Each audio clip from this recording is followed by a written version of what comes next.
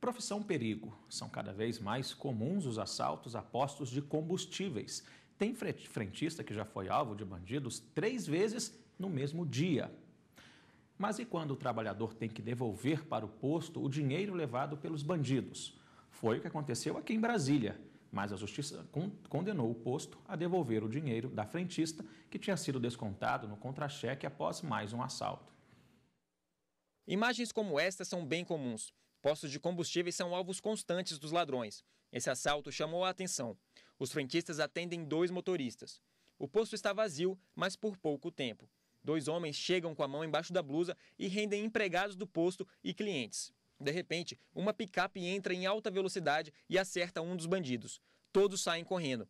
Um dos frentistas sai mancando. A bomba de gasolina fica no chão. Foi assaltado quantas vezes, Helene? 39 vezes. O primeiro é o mais difícil, mas depois do primeiro a gente se acostuma. Um levantamento do Sindicato dos Trabalhadores em Postos de Combustíveis do Distrito Federal mostra que os assaltantes geralmente levam pequenas quantias, mas o prejuízo não é pequeno. Nos primeiros 3 meses de 2014, mais de R$89 mil foram roubados. Santa Maria e Gama, cidades que ficam cerca de 30 quilômetros de Brasília, registraram o maior número de ocorrências. Tem alguns horários que o posto fica vulnerável, entendeu? Na madrugada fica vulnerável, o posto 24 horas. Entendeu? Aí fica meio puxado pra gente, né? A gente tá com um risco de vida bastante. Não é à toa porque a gente entra 1 e sai 5, 7 por causa dos assaltos. Aconteceu aqui já no meu posto aqui que eu perdi um ente amigo, querido mesmo, frentista aí. Não chegou a reagir o assalto. Ele foi falar com um assaltante que ia dar toda a quantia para ele e ele simplesmente efetuou o disparo e saiu correndo. Deixou aqui mais uma família aqui triste, né? Essa frentista tem quanto tempo?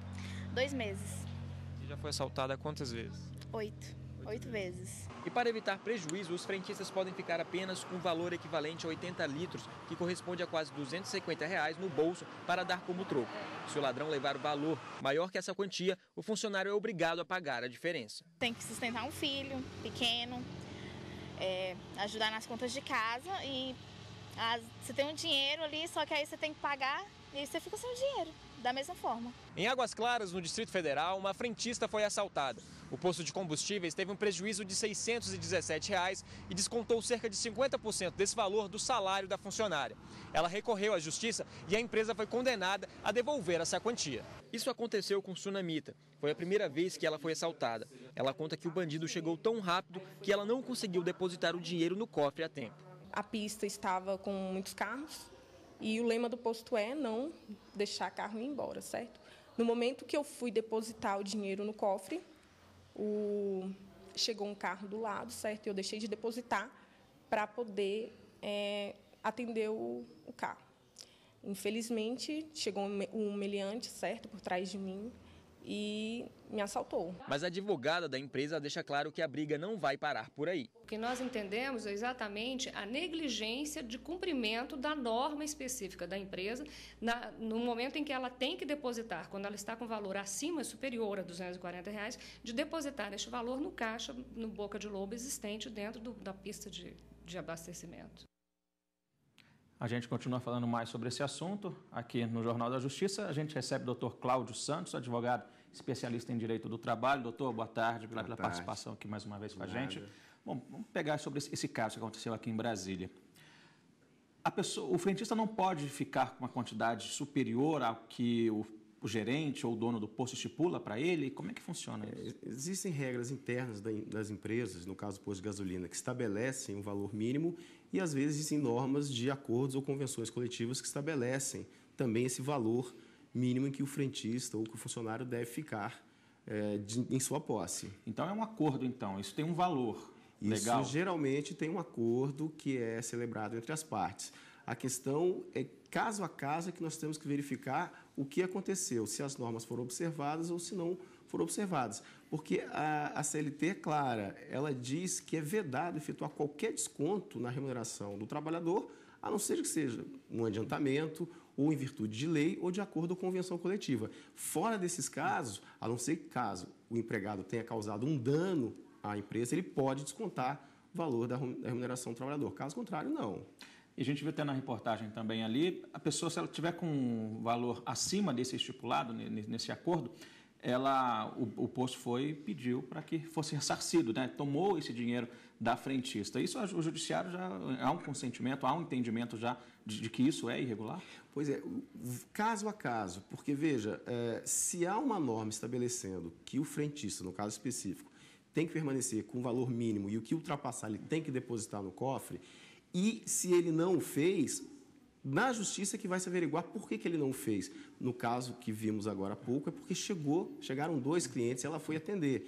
Então, o juiz vai sopesar essas provas e definir se o desconto foi lícito ou não, no caso da remuneração. Mesmo porque até aí a frentista pode ficar numa sinuca de bico, né? Se não entregar o dinheiro ou atender o cliente, né? É sempre complicado. Ela quem fica na corda bamba. Né? Então, claro, devem ser observadas as normas internas da empresa, mas tem que haver uma certa razoabilidade, uma certa ponderação no momento que você for ferir, se houver dano ao empregador. E, no caso, é questão de segurança pública, é assalto, é você transferir para o empregado um ônus que é, primeiramente, do Estado, de zelar pela segurança, e do empregador que empreende a atividade econômica e assume o risco.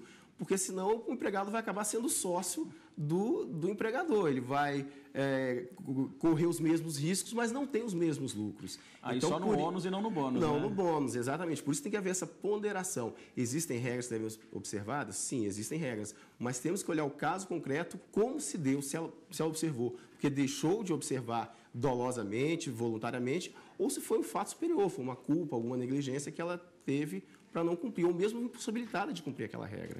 Doutor Cláudio, tanto nesse caso da frentista aqui de Brasília, a Sunamita, quanto em outros tantos que acontecem aqui no país, o frentista, ao acontecer esse tipo de crime, né, esse assalto, ele assina um papel dizendo que teve um adiantamento. E aí tem parte do salário, né, do valor que foi subtraído aí pelos ladrões, descontado do salário. Ele não tem que assinar papel nenhum, né? Não, sem dúvida. Muitas vezes as empresas usam desse subterfúgio. Ao ocorrer um assalto, ao ocorrer um desfalque no caixa, ela obriga o seu empregado a assinar um termo dizendo que teve aquele valor como adiantamento. Então, no final do mês, ele pega aquele papel assinado e diz, olha, você pediu adiantamento, eu vou descontar esse adiantamento. Quando, na verdade, o que houve foi um prejuízo causado por um assalto ou por um desfalque no caixa, e isso é ilegal, isso não pode acontecer, porque há uma fraude. E o trabalhador, muitas vezes, ele assina esse termo por medo de perder o emprego. Mas ele não pode ser coagido a assinar? Não pode ser coagido a assinar. E se acontecer isso, ele deve levar ao sindicato, deve levar a Superintendência Regional do Trabalho e avisar que a empresa está adotando esse procedimento ilegal. Doutor Cláudio, muitos frentistas que acabam sendo vítimas, né, desses assaltos acabam ficando com medo, tendo traumas posteriores, e esse frentista pede demissão. Ele tem direito a ser demitido, a pedir como se fosse justa causa, não ter prejuízo nessa rescisão? Se existe na CLT a previsão de que quando há um ato ilícito do empregador, ele pode pedir a rescisão indireta do contrato de trabalho, que equivale a uma demissão sem justa causa. Se ele entender que essas condições não estão presentes, ele poderá sim formular um pedido de rescisão indireta e buscar perante o Poder Judiciário receber suas verbas como se tivesse sido despedido sem justa causa, ainda que ele esteja pedindo demissão. Tá certo, a gente conversou aqui com o Dr. Cláudio Santos, especialista em Direito Trabalhista. Doutor, obrigado pela participação. Até uma próxima. Boa tarde. Boa tarde.